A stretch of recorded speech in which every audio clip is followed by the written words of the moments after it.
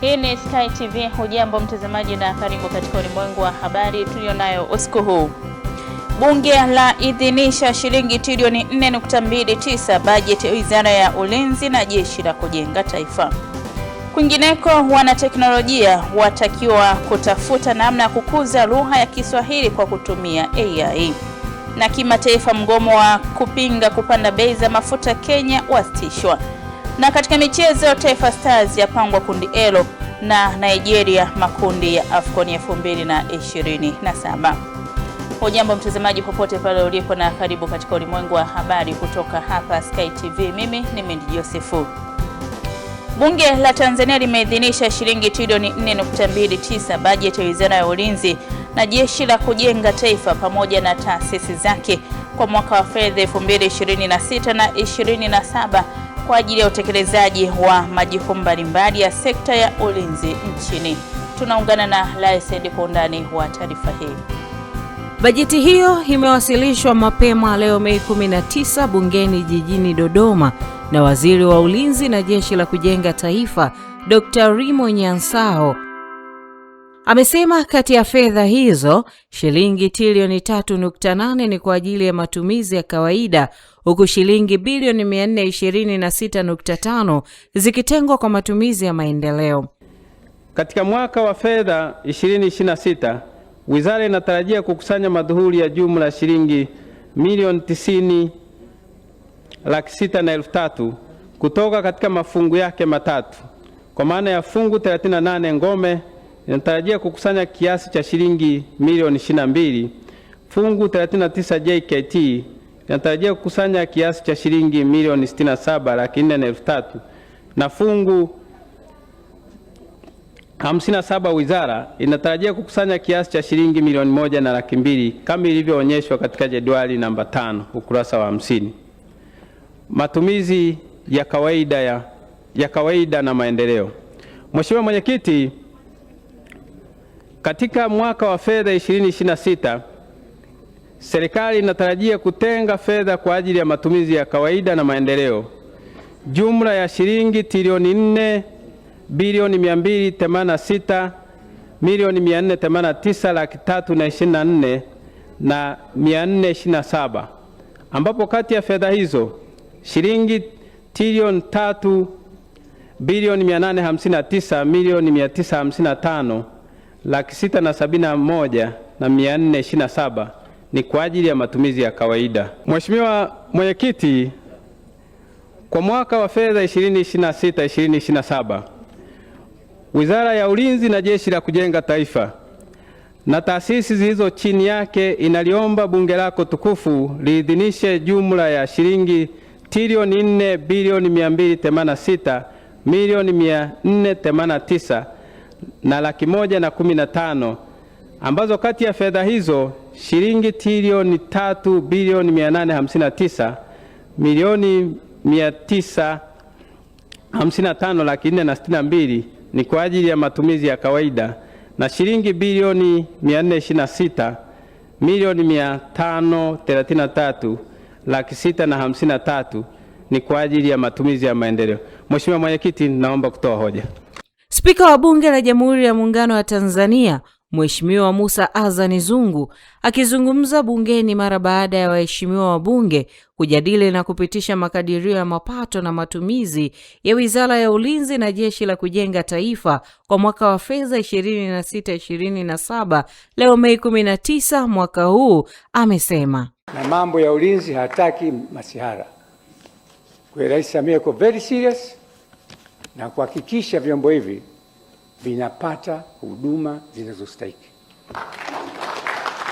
Ziko changamoto, sio kwetu tu, duniani kote, hata majeshi makubwa. Changamoto hazikosekani. As long as tunaishi, changamoto zipo. Lakini where there's a challenge, that's where the way is. Kwa hiyo nashukuru sana.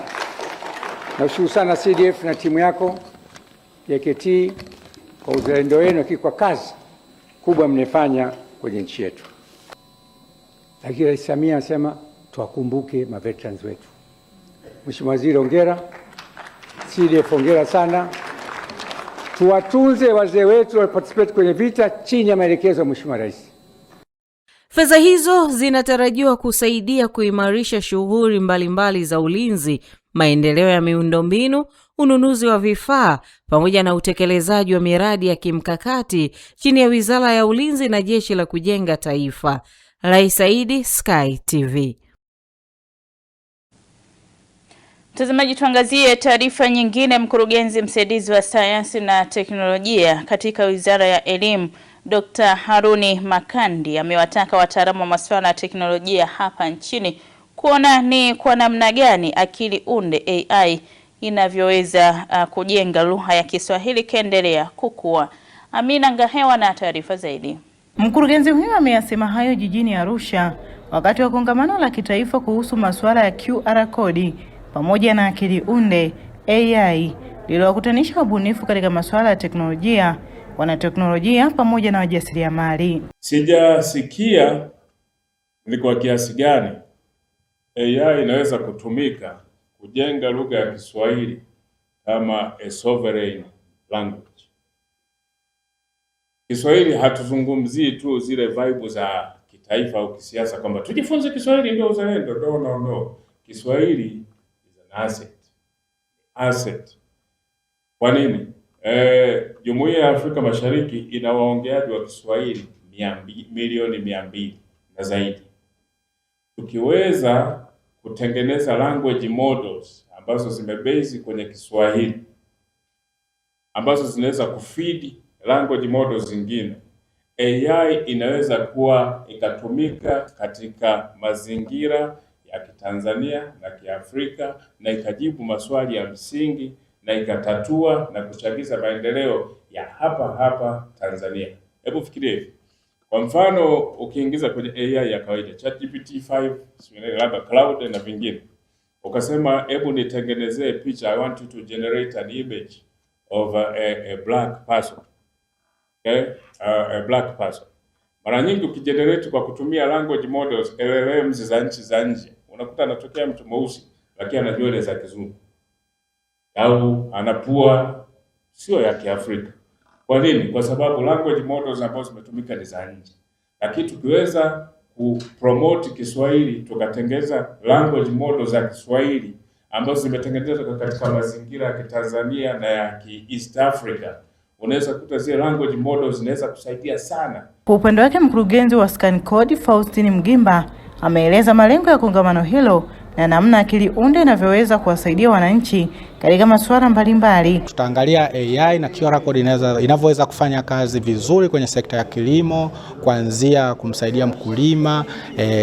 Kuna kitu kinaitwa labda precision agriculture, namna ya kuweza kufanya kilimo cha kisasa kwa kutumia AI, lakini pia namna gani unaweza kutrace mazao ya kilimo kutoka kwa wazalishaji, kwa wale wakulima kwenda kwenye warehouse, kwa maana traders, wakati middlemen, au tusema wale traders ambao wako kwenye mnyororo wa thamani, supply chain, kwenda mpaka kwa mlaji.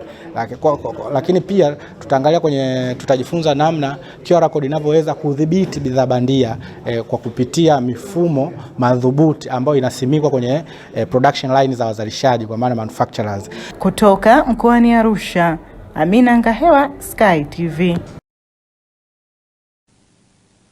Asante Amina Ngahewa kwa ndani wa taarifa hiyo. Mtazamaji, tutupie jicho taarifa nyingine.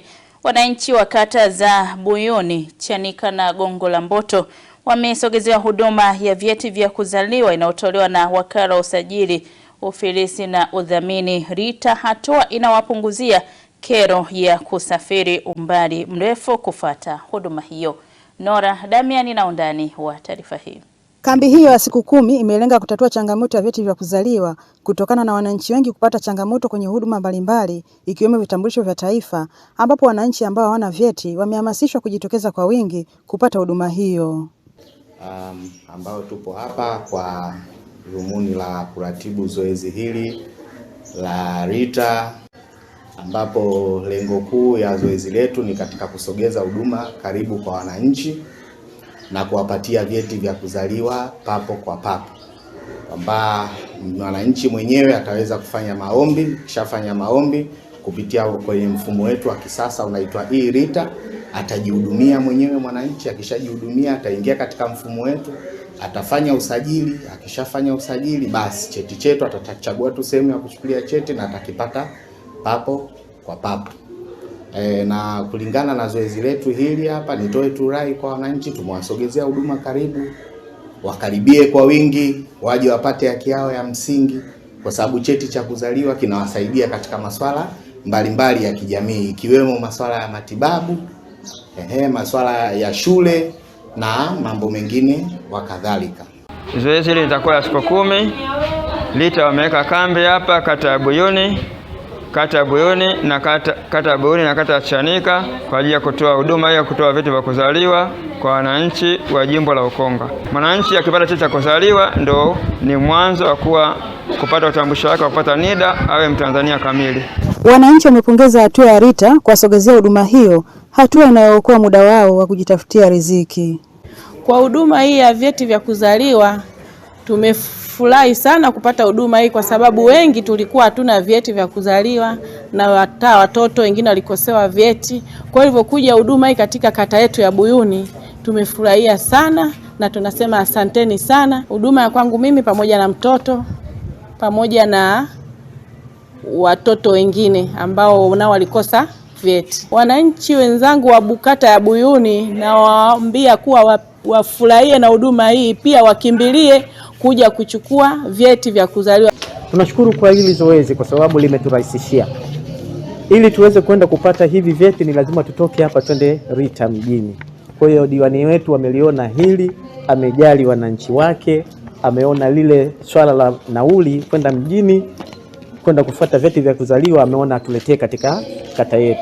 Na tunahamasisha katika mitaa yetu wananchi ambao hawana vyeti vya kuzaliwa waje waweze kupata vyeti vya kuzaliwa kwa urahisi katika kata yetu ya Buyuni, ambayo mheshimiwa diwani wetu ameweza kutuletea hili zoezi. Mheshimiwa diwani anapenda wananchi wake kwa sababu anataka kila mmoja apate haki ya kuwa Mtanzania. Alianza na zoezi la NIDA. Nashukuru Mungu tulisajili NIDA wakazi zaidi ya 2000, lakini sasa kaja na zoezi la vyeti vya kuzaliwa pande wa LITA. Na hatua inaenda vizuri na wananchi wamepokea kwa uzuri kabisa. Mpaka sasa tumeshasajili vyeti zaidi ya 100. Kutoka Dar es Salaam, Nora Damian, Sky TV.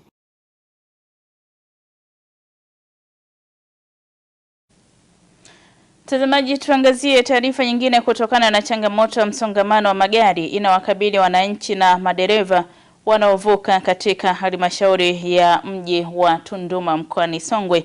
Serikali inaendelea na mkakati wa ujenzi wa bandari kavu inayotarajiwa kuwa suluhisho la kudumu. Mradi huo unatarajiwa kujengwa katika eneo la Katenjele, kata ya Mpemba, wilaya ya Momba. Joni Kiango na maelezo zaidi.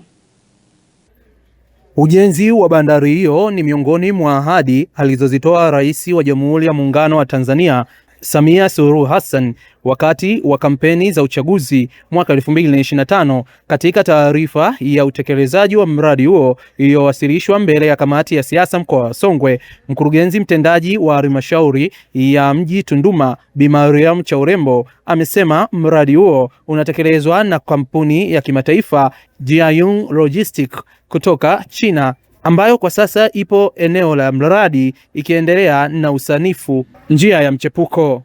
Mheshimiwa Rais alipopita alitoa ahadi kuwa atakuja kujenga bandari kavu ambayo itakuwa chanzo cha kupunguza foleni na msongamano wa magari Tunduma na kupanua mji wa Tunduma. Mheshimiwa Mwenyekiti, baada ya ahadi ile Mheshimiwa Rais, halmashauri ya mji wa Tunduma na wawekezaji wa kampuni ya Tazako na GIU waliweza kuonesha interest ya kuwekeza kwenye halmashauri ya mji wa Tunduma, na uwekezaji huo walionyesha kuwekeza hapa kwenye eneo la Katenjele. Mheshimiwa Mwenyekiti, wawekezaji hawa wamewekeza heka 1800 na wamelipa thamani ya shilingi bilioni 9 halmashauri ya mji wa Tunduma kuwalipa wananchi hao. Eneo hili lina kazi mbili. Kazi ya kwanza ni kazi ya kujenga bypass ambayo nyuma tulipotoa mgongo wetu kwenda custom. Kwa sababu tunataka kupunguza foleni, hatuwezi kutumia ile existing road tunayotumia. Existing road itabaki kwa magari ya ndani na magari yanaenda Sumbawanga, ile barabara tuliyokuwa nayo.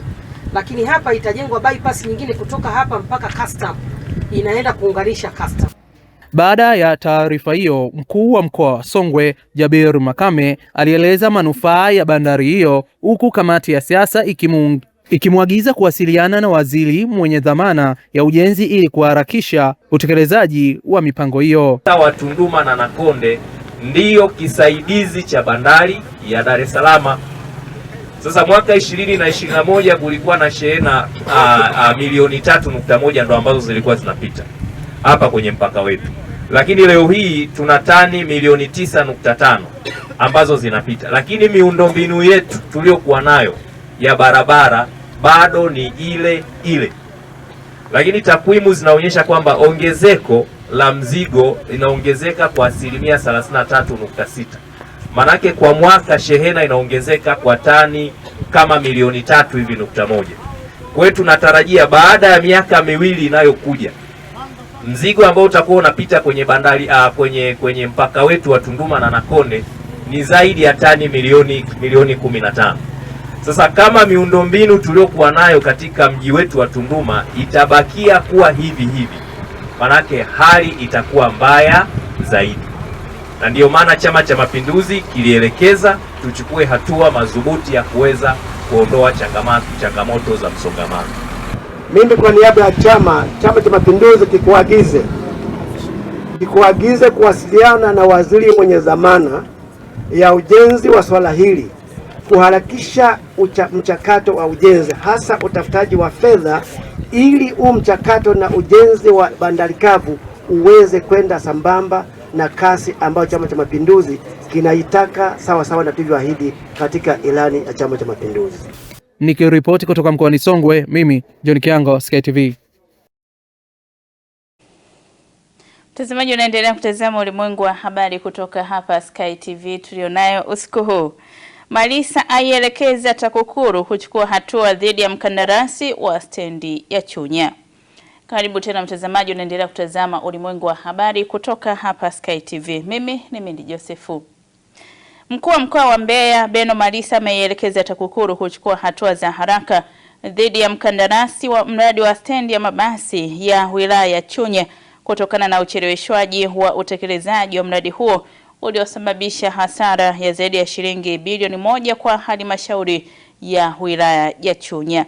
Taarifa ya Upendo Kibetile kutoka mkoani Mbeya inafafanua zaidi. Ni katika ziara ya kikazi ya mkuu wa mkoa wa Mbeya Beno Malisa wakati wa kukagua miradi mbalimbali ya maendeleo wilayani Chunya. Akitoa taarifa kuhusu mradi huo, mhandisi wa wilaya ya Chunya Charles Kwai amesema mradi wa stendi ya mabasi ulioanza kwa gharama ya shilingi bilioni 2.8 umeongezeka kwa zaidi ya shilingi bilioni 1 kutokana na changamoto za kitaaluma pamoja na usimamizi usioridhisha wa utekelezaji wake. Ambapo mhandisi mshauri Mali Consultant ameshindwa kuongezewa mkataba wa muda wake wa kuendelea na kazi katika mradi huu kutokana na mfululizo wa makosa ya utendaji katika kazi hii. Mradi wetu uliotarajiwa kutumia bilioni 2.8 lakini kutokana na makosa ya kitaalamu aliyofanywa na mshauri wakati wa maandalizi ya nyaraka pamoja na usimamizi usioridhisha ilipelekea mradi huu kuwa na ongezeko la gharama la shilingi bilioni 1 ambao ni zaidi ya 36%. Baada ya kukagua mradi huo, mkuu wa mkoa wa Mbeya Beno Malisa ameitaka TAKUKURU kufuatilia na kuchukua hatua zinazostahili dhidi ya mkandarasi huyo sambamba na kuagiza kuongeza kasi ya ujenzi ili mradi ukamilike kwa wakati. TAKUKURU si mkoa? Hii nadhani hili ni jukumu linahitaji maelezo ya ziada. Si ndivyo? Lengo letu sisi singekuwa ni uzembe upande wa serikali kuwa wachelewe kuwakuta mahakamani sasa. Gongo kweli. Kwani sisi tunavujivutavuta. Inaanza kutengenezea maswali mengi zaidi kuhusu uwajibikaji wetu kwenye dhamana tulizopewa hususan kwenye fedha za serikali. Basi na sisi naye tuone analipaje hiyo hasara yetu. Tunataka tuone hatua ambazo tumechukua zituridhishe kwamba hela ya Mheshimiwa Rais haijapotea. Tumalize hili jambo, wananchi wa Chunya wanahitaji stendi yao. Kwa structure hizi hapatakiwi kuwa kazi ya muda mrefu. Haitakiwi kabisa kuwa kazi ya muda mrefu. Na palipobakia ni padogo. Shirikianeni muone mnamaliza kwa wakati. Kwa upande wake diwani wa kata ya Mbugani amesema kukamilika kwa mradi huo kutarahisisha huduma za usafiri na kuchochea shughuli za biashara kwa wananchi wa eneo hilo. Kwa hii stendi kwa wakati tutafaidika nayo sana. Kwa kifupi, wananchi wa wilaya ya Chunya wanaitaka hii stendi kamilike, waanze kufanya biashara zao za kila siku. Nikiripoti kutoka wilaya ya Chunya mkoani Mbeya, Upendo Kibetile, Sky TV. Katika kipindi ambacho sekta madini nchini inaendelea kukua kwa kasi, vijana wanaoishi maeneo yenye uzalishaji wa dhahabu wametakiwa kutumia fursa zilizopo kujikwamua kiuchumi kupitia shughuli mbalimbali zinazotokana na sekta hiyo. Wito huu umetolewa na mkuu wa wilaya ya Nyang'hwale mkoani Geita, ambako baadhi ya vijana wanaofanya kazi katika planti ya Nyanza Gold Company Limited wamesema sekta ya uchimbaji na uchenjuaji wa dhahabu bado ina uhitaji mkubwa wa nguvu kazi ya vijana kutokana na kuongezeka kwa shughuli za uzalishaji na matumizi ya teknolojia za kisasa. Sababu mwanzoni alikuwa kwenye traditional, sasa hivi ndo ame upgrade kwenye upande wa teknolojia.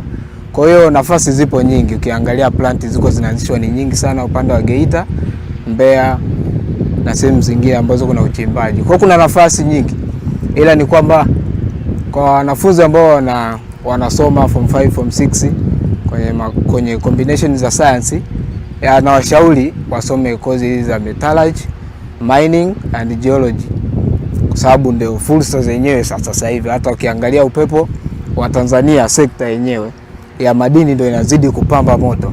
Wanawake na wasichana pia wanaweza kujikita katika masuala ya mining.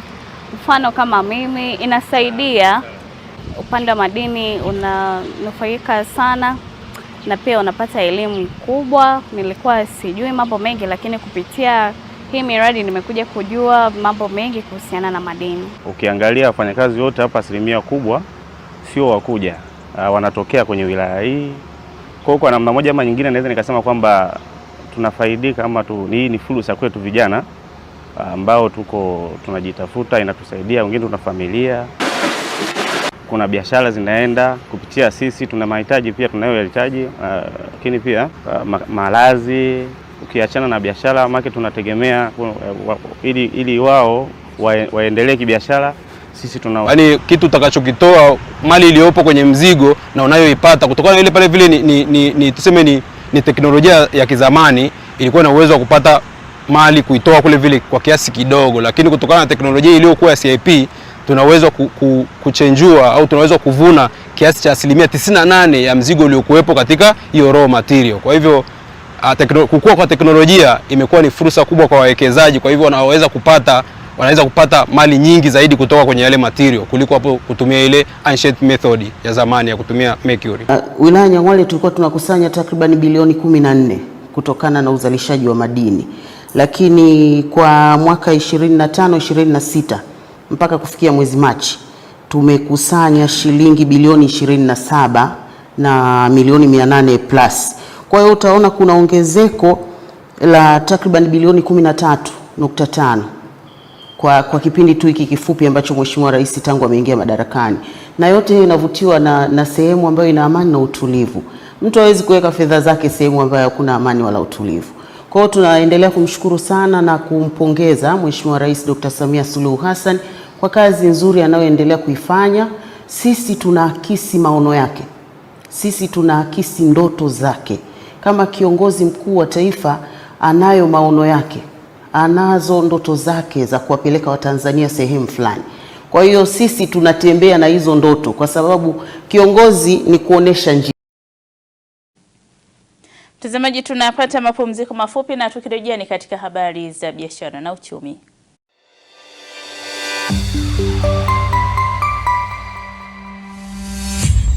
Sky TV.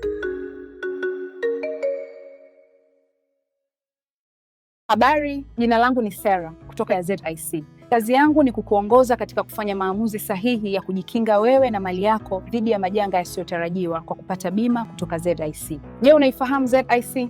ZIC ni shirika la bima lililoanzishwa mwaka 1969 kutoa huduma za bima kwa wananchi, taasisi za umma na binafsi kwa lengo la kulinda uchumi wa watu binafsi na nchi yetu kwa ujumla. Lengo letu ni kuwa kampuni ya bima inayoaminika na wateja na kutambulika kote Afrika Mashariki. Dhamira yetu ni kulinda na kuwawezesha wateja wetu kwa kuwapa huduma bora na za kuaminika. Baada ya utangulizi wangu, je, ungependa kujua kuhusu huduma zetu? ZIC tunatoa huduma za bima za mali na ajali, na kati ya hizi ni bima ya magari, bima ya wizi, bima ya moto, bima ya mizigo. Je, unazijua branchi zetu? Kuhakikisha tunawafikia wateja wetu nchi nzima, tunatoa huduma zetu kupitia ofisi zetu kuu zilizopo mtaa wa Mpirani pamoja na matawi yetu yafuatayo: Amani, Marhubi, Chake Chake, Dar es Salaam, Dodoma, Mwanza, Kahama, Arusha, Tanga, Mbeya na Mtwara. Unajua ni njia gani tunazotumia kuwapa wateja wetu huduma? Tunatoa huduma kupitia ofisi zetu, kupitia mawakala na madalali wa bima waliosajiliwa na Mamlaka ya Bima Tanzania, kupitia mawakala wa Bank Assurance na pia kupitia mitandao ya simu kupitia Voda Bima na Mix by Yas. Karibu ufurahie huduma zetu kwa masaa 24. Tunakujali.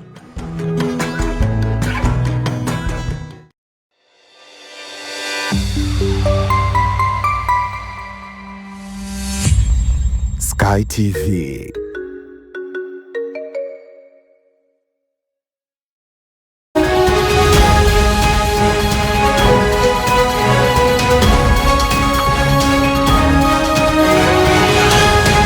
Biashara na uchumi. Zifuatazo ni habari za biashara na uchumi. Naitwa Pius Jayunga. Karibu. Zaidi ya vijana na wanawake milioni 1.7 wamefikiwa na kupatiwa mitaji wezeshi ili waweze kuvifanya vipaji vyao kuwa biashara endelevu. Mitaji hiyo inayofikia shilingi bilioni 23 imetolewa na CRDB Bank Foundation, ambapo mkurugenzi mtendaji wa taasisi hiyo Tuli Esther Mwambapa amesema uchumi bunifu umefungua nafasi kubwa za ajira na biashara kwa vijana kupitia maonesho mbalimbali ikiwamo muziki, huku msanii Zuhra maarufu kama Zuchu akiwashauri vijana kugeuza vipaji vyao kuwa biashara kwa kuwa kuna manufaa makubwa. Tulianza mwaka 2023, tuna miaka mitatu tu tokea tumeanza utekelezaji wa programu yetu maarufu ya Imbeju, lakini katika kipindi hichi kifupi tumeshawafikia vijana na wanawake milioni 1,750,000 katika sekta zote za kiuchumi, na jumla ya mitaji wezeshi, mitaji yetu ambayo ni nafuu ya hela za kitanzania shilingi bilioni 23 tayari zimeshatolewa kwa vijana na wanawake, na marejesho ni mazuri sana, kwani uwezeshaji huu ni nafuu na unaambatana na elimu ya fedha, uwezeshaji mkubwa ambao benki ya CRDB unaofanya kupitia CRDB Bank Foundation. Wasanii duniani kama Zuchu, Diamond, Yemi Alade, Bien, Davido, Jay-Z, Rihanna, Kanye West na wengine wengi wameweza kujenga himaya kubwa za kiuchumi kupitia vipato vyao wanavyovipata kutokana na ubunifu na muziki. Na hapa nyumbani pia tunashuhudia jambo hilo hilo. Msanii kama binti yangu hapa Zuchu ni msanii anayefanya vizuri kimuziki, ni mfano namna kipaji, nidhamu, ubunifu, uthubutu na uwekezaji sahihi unaweza kumuinua kijana wa Kitanzania na kumjenga kimchumi. Amefika katika level ambayo she's up there, lakini hajasahau wenzie huku chini. Kwa hiyo hao ndio tunawaita himaya. Okay? Ndio maana unakuta matajiri wakubwa duniani anakuwa na kampuni yake, alafu anakuambia natoa kiasi fulani kiende kikasaidie jamii.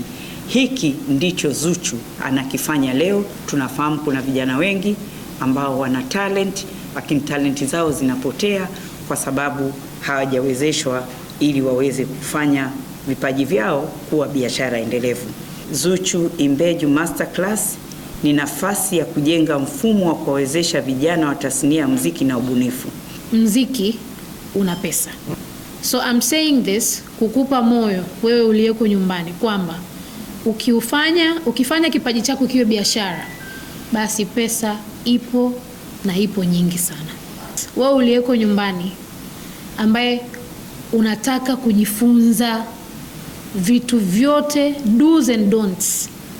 Wanaokuja kuzungumza siku hiyo ni watu ambao walioyatenda, kuna ambavyo wamevikosea na kuna ambavyo wamevipatia, na tunakupa wewe madini haya. Kupitia hii Zuchu Imbeju Foundation iliyokuwa powered na CRDB Bank.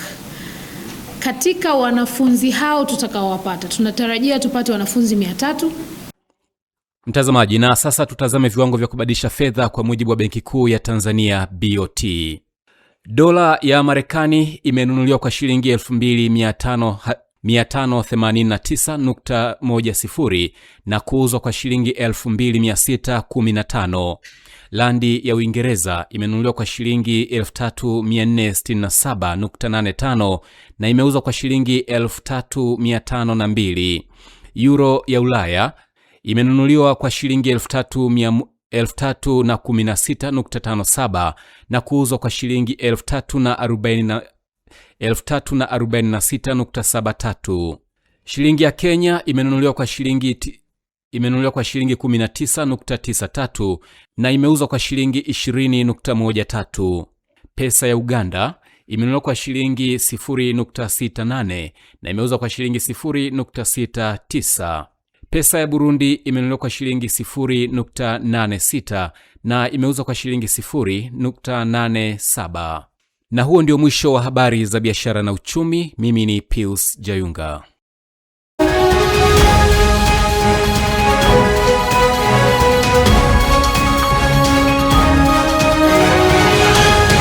Biashara na uchumi. Asante Pius Jayunga katika habari za biashara na uchumi. Mtazamaji, tuangazie mkusanyiko wa habari za kimataifa. Tunaungana na Zinazire Mswima.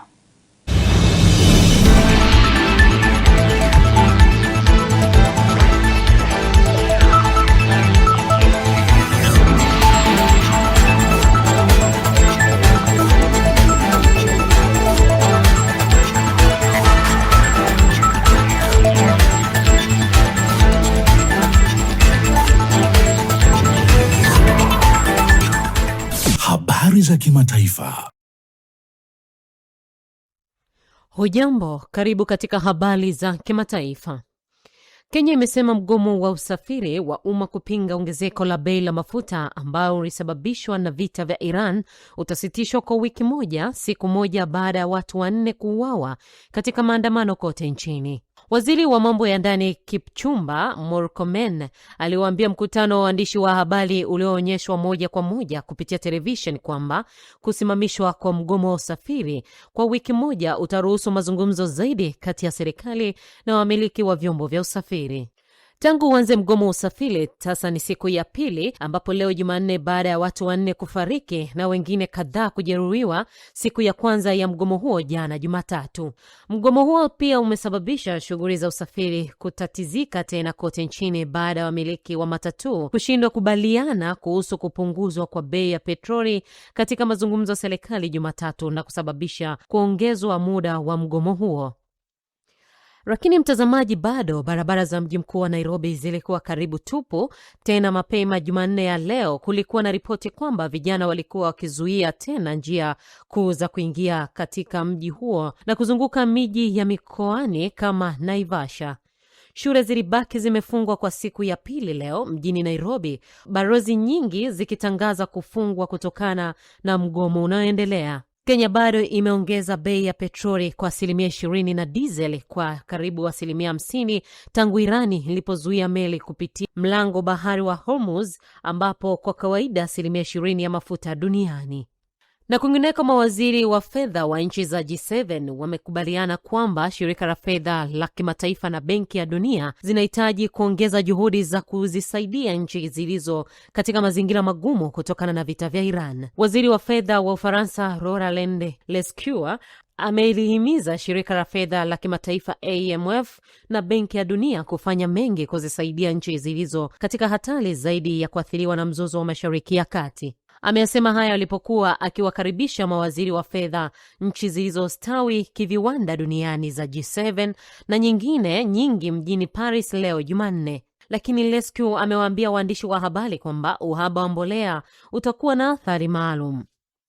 Mawaziri hao wa fedha na magavana wa benki kuu kutoka nchi za G7 wanakutana Paris kwa siku ya pili ya mazungumzo ili kujadili athari za kiuchumi kutokana na mzozo wa Mashariki ya Kati na hali tete katika masoko ya dhamana za kimataifa. Wawakilishi kutoka nchi za Ghuba, Brazil na Kenya wamejiunga na mawaziri hao kutoka nchi za G7 zikitafuta kujenga ushirikiano mpya wakati kukiwa na mvutano kuhusu masuala kadha wa kadha, kuanzia vita vya Iran hadi kuiwekea shinikizo Urusi kuhusu Ukraine. Jamhuri ya Kidemokrasia ya Kongo imeanza kufungua vituo vipya vya matibabu vya Ebola katika jimbo la Ituri mashariki mwa nchi hiyo. Hatua hiyo inakuja wakati virusi vya aina adimu Bundibugyo vikiendelea kuenea na kusababisha vifo vya zaidi ya watu 110. Shirika la Afya Duniani WHO pia limetuma timu ya wataalam kusaidia kukabiliana na mlipuko huo. Lakini maafisa wa afya nchini Kongo walisema miongoni mwa wagonjwa waliothibitishwa kuambukizwa ni daktari kutoka Marekani aliyekuwa akifanya kazi katika hospitali mjini Bunia. Daktari huyo alianza kuonesha dalili za ugonjwa huo baada ya kuwahudumia wagonjwa wa Ebola. Wakati haya yakiarifiwa leo Jumanne, mkuu wa shirika la afya duniani WHO Tedros Adhanom akizungumza kwenye mkutano wa kimataifa wa afya mjini Geneva amesema kuwa kwa sababu ana wasiwasi mkubwa kuhusu ukubwa wa kasi ya janga hili, wataitisha kikao cha kamati ya dharura leo ili kushauri kuhusu mapendekezo ya muda. Kufikia sasa visa 30 vimethibitishwa nchini Kongo kutoka mkoa wa kaskazini wa Ituri. WHO ilitangaza mlipuko huo kuwa dharura ya afya ya umma ya kimataifa mnamo Mei 17, 2026. Kufikia Jumatatu jana, zaidi ya watu 118 walikuwa wamefariki huku zaidi ya kesi 300 zikishukiwa katika majimbo ya Ituri na North Kivu. Uganda jirani pia iliripotiwa kifo kimoja na kesi moja inayoshukiwa kuwa ya Ebola. Mtazamaji, bado swali ni moja kuwa kwa nini Ebola bado ni tishio la kudumu barani Afrika? Mwisho wa habari za kimataifa. Jina langu ni Zinazile Mswima.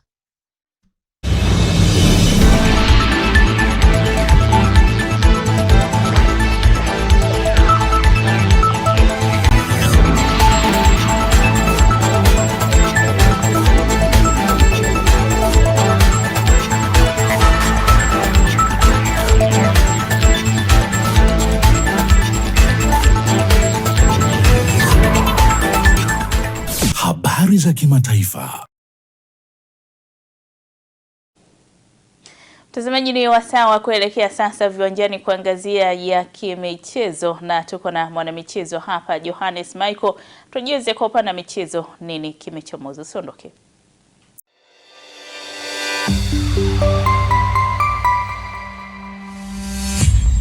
Sky TV. Habari, jina langu ni Sarah kutoka ZIC. Kazi yangu ni kukuongoza katika kufanya maamuzi sahihi ya kujikinga wewe na mali yako dhidi ya majanga yasiyotarajiwa kwa kupata bima kutoka ZIC. Je, unaifahamu ZIC? ZIC ni shirika la bima lililoanzishwa mwaka 1969 kutoa huduma za bima kwa wananchi, taasisi za umma na binafsi kwa lengo la kulinda uchumi wa watu binafsi na nchi yetu kwa ujumla. Lengo letu ni kuwa kampuni ya bima inayoaminika na wateja na kutambulika kote Afrika Mashariki. Dhamira yetu ni kulinda na kuwawezesha wateja wetu kwa kuwapa huduma bora na za kuaminika. Baada ya utangulizi wangu, je, ungependa kujua kuhusu huduma zetu? ZIC tunatoa huduma za bima za mali na ajali, na kati ya hizi ni bima ya magari, bima ya wizi, bima ya moto, bima ya mizigo. Je, unazijua branchi zetu?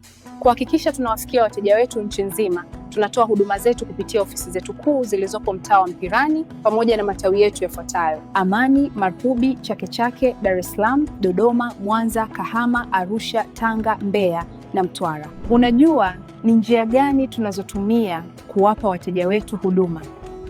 Tunatoa huduma kupitia ofisi zetu, kupitia mawakala na madalali wa bima waliosajiliwa na Mamlaka ya Bima Tanzania, kupitia mawakala wa Bank Assurance na pia kupitia mitandao ya simu kupitia Voda Bima na Mix by Yas.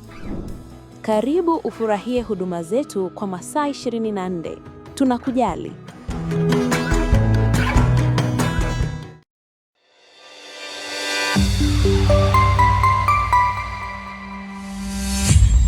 Sky TV.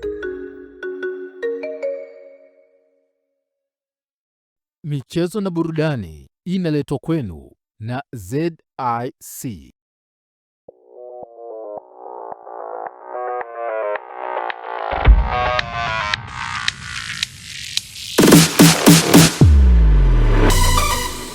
Habari za michezo na burudani.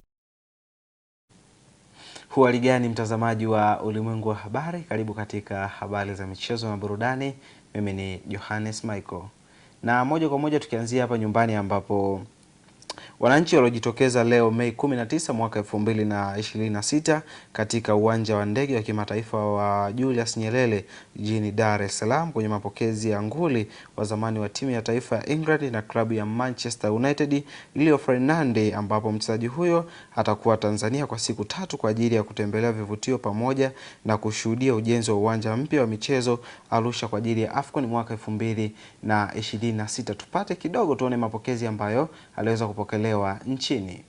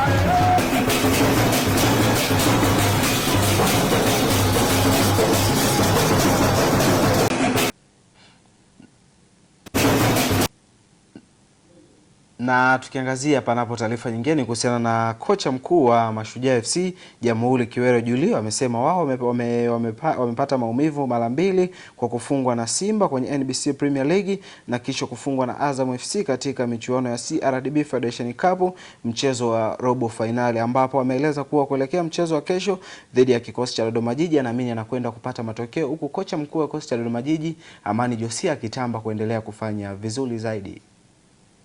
Nasema tuna mechi ngumu kwa sababu wenzetu wamepata utamu wa ushindi juzi kwa kuwafunga klabu kubwa, lakini sisi tumepata maumivu kwa kufungwa na klabu 2 kubwa. Moja ya Simba kwenye ligi, lakini ya pili kwenye FA. Huwa hatutaki kuzungumziaga sana sababu zinazotufungisha sometimes. Tunaziacha hizi jiji, timu ina wachezaji wazuri, timu yenye wachezaji wenye uchu wa kufunga na ni watu wako aggressive kutokana na kazi nzuri ya Mwalimu Josia. Kwa na mimi timu yangu naye mimi siko tofauti sana na mwalimu. Philosophy zetu sisi kwanza fitness iwe high, alafu bado mengine yatakuja baadaye. Maana wewe huwezi kuwa na shilingi 20,000 alafu unataka kutoka hapa kwenda Msalato ukafungua mlango wa taxi tu ukaingia. Lazima utatia shingo kusema bwana Msalato shilingi ngapi. Lakini ukiwa na mzigo mfukoni unafungua tu na unaondoka zako kwa sababu hela unayo, bei yoyote utakayoambiwa unatoa.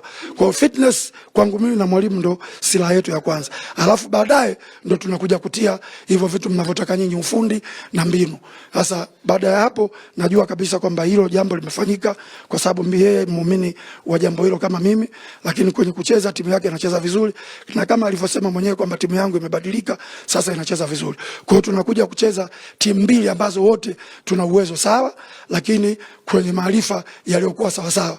Okay, tuna mechi ngumu mbele yetu dhidi ya Mashujaa na katika maandalizi yetu nafikiri tumejiandaa kutokana na ugumu wa mpinzani ambaye anakuja. Katika wiki iliyopita Kwa hiyo tunapaswa ku-maintain standard ya ule ugumu tulioutengeneza, huku tukiamini kwamba Mashujaa ni timu ambayo imeimarika katika siku za hivi karibuni, imefanya vizuri chini ya mwalimu wao Julio, amefanya vizuri. Kwa hiyo tunaitazama mechi kama mechi ngumu, mechi ya daraja la kati. Na sisi tumejiandaa na tumeandaa wachezaji kwa namna ambavyo wanaweza kuingia kwenye mechi hii wakiwa na uimara wa kiakili na kutoka kwenye mechi ambayo imepita, ili tuone kama tunaweza kufanya vizuri na kuendelea ku-maintain hali yetu nzuri katika ligi. Kwa hiyo tumeongea na wachezaji kwa namna yoyote ile, lakini pia tumeandaa mpaka wa kucheza na Mashujaa kwa maana ya ugumu ambao wako nao na kwa namna ambavyo hata kama wamekosa matokeo katika mechi mbili zilizopita, lakini zile mechi ambazo wamekosa matokeo ni standard nyingine. Nao tunaamini kwamba iko na wachezaji wazuri, tunaamini kwamba kuna mwalimu ambaye amejaribu kubadili style ya uchezaji. Ni tofauti na mechi ambayo tulicheza nao mwanzoni kule Kigoma. Nao wamebadili style ya uchezaji ambao ni style ambayo inavutia. Kwa namna moja ama nyingine tunategemea kuwa na mechi ambayo ni nzuri. Na sisi maandalizi yetu Dodoma Jiji yako vizuri.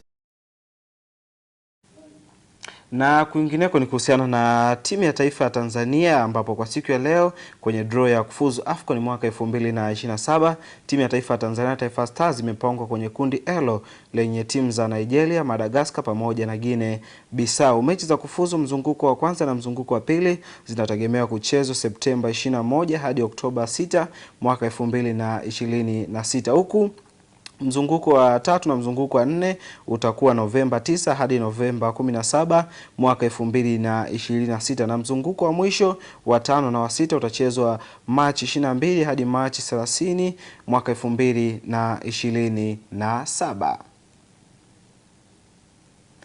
Na tukikwea pipa moja kwa moja hadi kimataifa, ni kuhusiana na kocha mkuu wa timu ya taifa ya Scotland Steve Carrick ametangaza kikosi cha mwisho cha wachezaji 26 watakaowakilisha nchi hiyo katika michuano ya kombe la dunia mwaka 2026 itakayofanyika Marekani, Canada pamoja na Mexico. Hatua ya kutangazwa kwa kikosi hicho inaashiria kurejea kwa Scotland kwenye michuano ya kombe la dunia kwa mara ya kwanza tangu mwaka 1998. Kikosi cha Scotland kina mchanganyiko wa wachezaji wazoefu na vijana chipukizi walioonyesha kiwango bora hivi karibuni. Katika kikosi hicho kilichoitwa na kocha Steve, kipa Craig Gordon mwenye umri wa miaka 43 amejumuishwa baada ya kupona majeraha ya bega ambayo alikuwa yanamsumbua kwa muda mrefu. Na tukiangazia panapo taarifa nyingine ni kuhusiana na Anton Taylor atakuwa mwamuzi wa mechi ya EPL kati ya kikosi cha FC Bournemouth na Manchester City itakayopigwa leo Jumanne Mei 19 mwaka 2026 kwenye uwanja wa Vital. Mechi ya mwisho ya Man City iliyochezeshwa na mwamuzi huyo iliibuka na ushindi wa idadi ya mabao 2-1 dhidi ya kikosi cha Arsenal the Gunners. Mtanange huu una muhimu mkubwa kwa timu zote mbili kutokana na ushindani mkubwa wa msimamo wa ligi kuu ya EPL.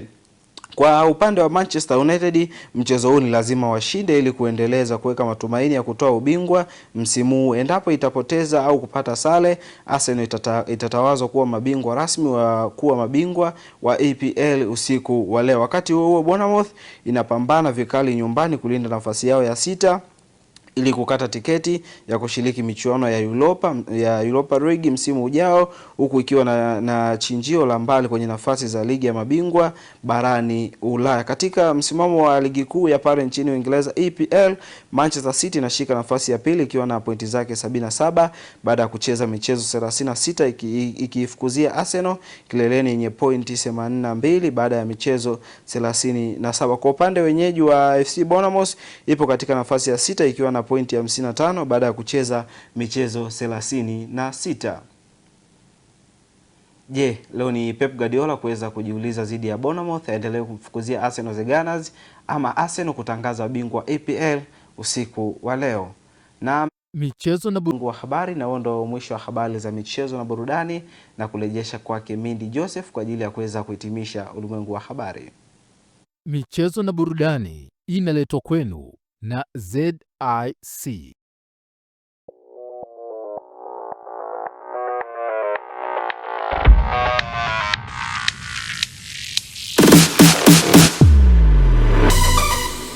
Habari za michezo na burudani.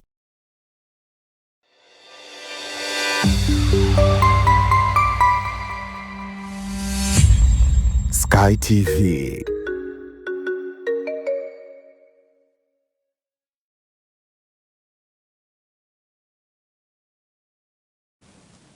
Asante Johannes Michael kwa mkusanyiko wa habari za michezo. Mtazamaji, tuangazie utabiri wa hali ya hewa kwa saa 24 zijazo.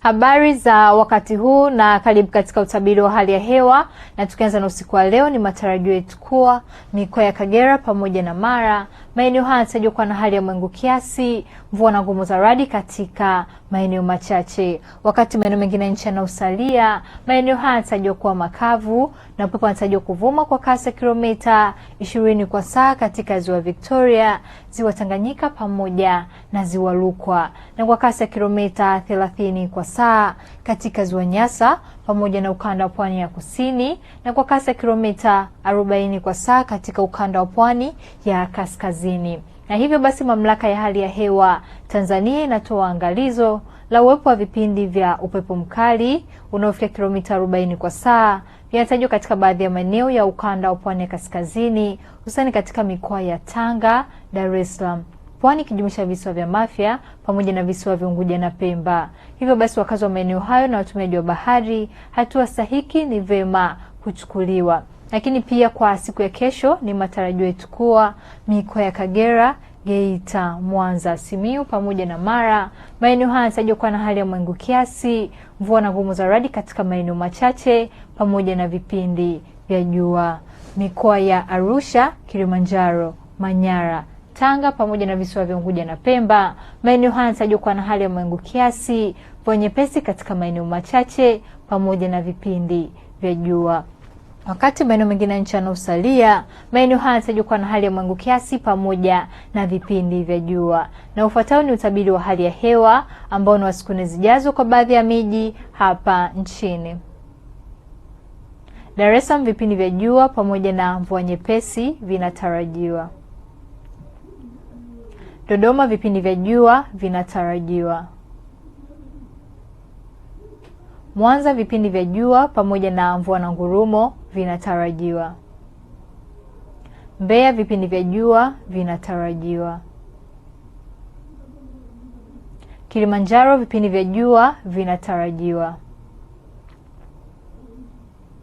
Morogoro, vipindi vya jua pamoja na mvua nyepesi vinatarajiwa. Arusha, vipindi vya jua pamoja na mvua nyepesi vinatarajiwa. Na mpaka kufikia hapa, kutoka mamlaka ya hali ya hewa Tanzania hatuna la ziada. Ulikuwa nami Rebeka Luhitana, tukutane hapo kesho muda wakati kama huu. Mtazamaji, kabla ya kuhitimisha ulimwengu wa habari, tupate muhtasari wa yale tuliyokuwa nayo. Bunge laidhinisha shilingi trilioni 4.29 bajeti ya Wizara ya Ulinzi na Jeshi la Kujenga Taifa. Kwingineko, wanateknolojia watakiwa kutafuta namna ya kukuza lugha ya Kiswahili kwa kutumia AI. Na kimataifa, mgomo wa kupinga kupanda bei za mafuta Kenya wasitishwa. Na katika michezo, Taifa Stars yapangwa kundi L na Nigeria kunako makundi ya AFCON 2027. Mtazamaji, nafika tamati katika ulimwengu wa habari. Asante kwa kuichagua na kuitazama Sky TV. Mimi ni Mendi Joseph, nikutakie wakati mwema.